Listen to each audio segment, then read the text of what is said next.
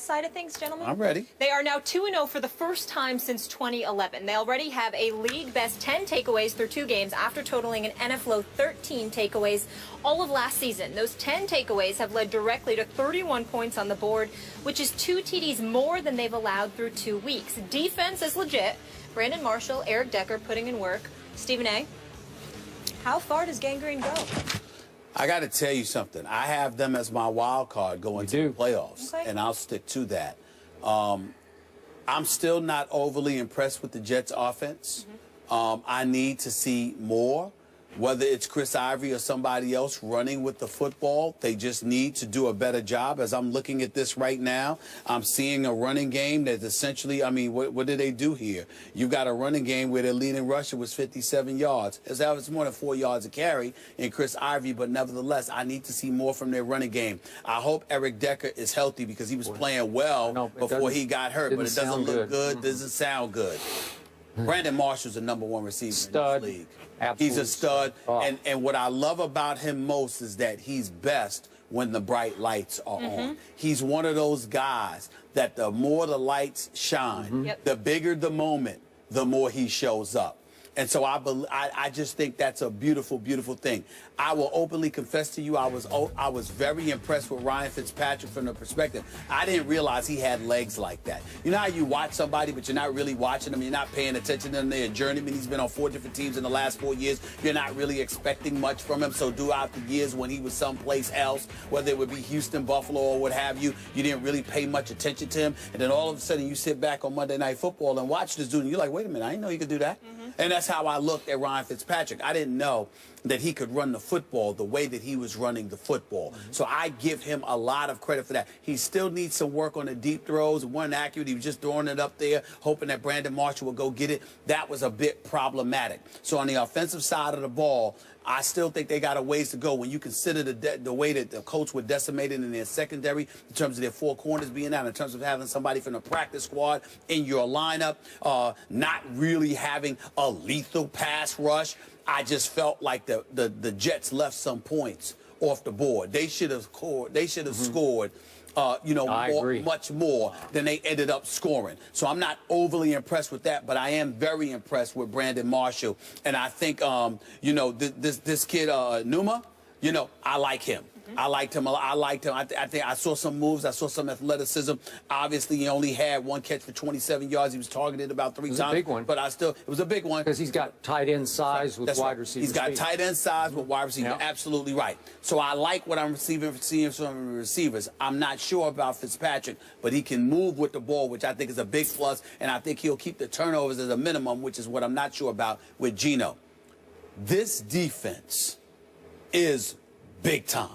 First of all, you got Revis. You got Cromartie out there, who I spoke to yesterday, and I was like, what the hell are you playing for? Why are you even playing? Sit down. You're like, man, I'm ready to go. My teammates need me. I need them. I'm going. I'm ready to go. I said, all right. But I looked at him, and I said, this guy is out there with Revis, and this dude screen.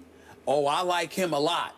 And Pryor was up in there, Gilchrist at your free safety, and then Muhammad Wilkinson was all over the place. Keep in mind that you've got pressure on Andrew Luck all night long, and you didn't even have Sheldon Richardson, who, by the way, the league has not reacted on the whole speeding issue where he was going 143 miles an hour in his Bentley with a 12-year-old in the back seat. They haven't even addressed that yet.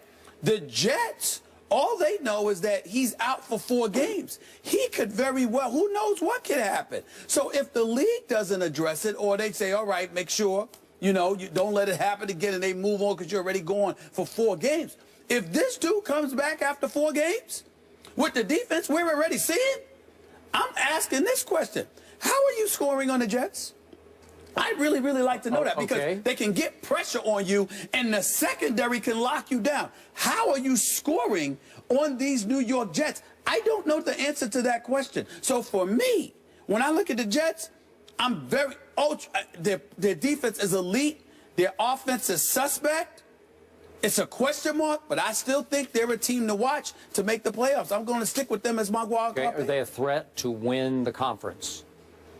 I think anytime you have an elite defense, you're a threat. And I'll tell you why. Much respect to Trent Dilfer for bringing up this point. That's how he won a Super Bowl. He sat up there, you know, didn't make mistakes, wasn't spectacular, but did his job, didn't make mistakes, and left it to his defense. Can Ryan Fitzpatrick do that with a Brandon Marshall? Hopefully Eric Decker will come back with the Newmore and what have you. Can he do that? If they can do that, anything's possible. Anything's possible. I think the bottom line is you can't look at the Jets and say they have no chance. With a defense like that, you always have a chance. Better than the Bills? Jets better than the Bills, Skip? The New York Jets will go as far as Ryan Fitzpatrick takes them, and it won't be far enough. I picked the Bills to be the wild card, obviously coming out of the same division, because I think the defenses are about a dead heat between Bills and Jets. And I agree with everything you just said. But the Bills are no joke either, though Tom Brady made them look laughable. But they're no joke, and they will continue to show you that. Okay. But I like the Bills' weapons on offense more than I even like the Jets. And I love Brandon Marshall. But I think Ryan Fitzpatrick has maxed out so far. I think you've gotten the best of him. He will occasionally throw it to the wrong team. And I think you'll see more. What is he now? He's 4 touchdowns to 2 interceptions. Yep. Pretty good. He's been very good. Better than I thought he would be. He's capable of doing that because he started so many. What's he up to? I've lost track now. It's like 75 starts in the NFL. Okay. That's a lot of game experience. So I think they went with the right guy. I would take him over Geno just to at some point become that game manager that you need, as you talked about. But in the end, Tyrod Taylor with Sammy Watkins and LaShawn and, you know, all the rest of them, they put up 32 on Belichick's defense. That was impressive to me. They almost got back in that game. They are explosive on offense, and the Jets will never be accused of being explosive on offense. Just to get to your point to help you out here, Ryan Fitzpatrick has 91 starts. 91 starts. Career. He's 35, 55. And 1. Okay. He's been with a lot of bad teams. He had a couple of nice little runs. He had a good run in Buffalo under Chan Gailey for a while. Then he got his big contract, and he didn't have such a good run. Yep. Okay. He's capable, but is he capable of doing it when it really matters? I'm going to give a slight edge to the Bills, and I'm going to say that the Jets just missed the playoffs. More like 9-7 to 10-6. Okay. All right. Well, I guess for me, I just look at the New York Jets from the perspective of what is their schedule going to be, who they're playing up against. We know they've got Miami. We know they've got Buffalo. We know they have New England. Twice. So it's going to be twice. So it's going to be pretty tough for them to compete against They've got a teams. late at Dallas on a Saturday night. I will tell you this. They got a game coming up this weekend against the Philadelphia Eagles, which we will talk about later. I kind of like the Jets. I reserve the right to change my mind, but I kind of like that. I kind of like the thought of those dudes going after Sam Bradford. Yeah. What you going to do? I do too. We'll see. You guys mentioned RG3 earlier.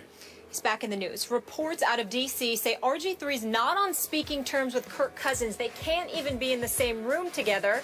He responds to the reports after the break. We'll get into it.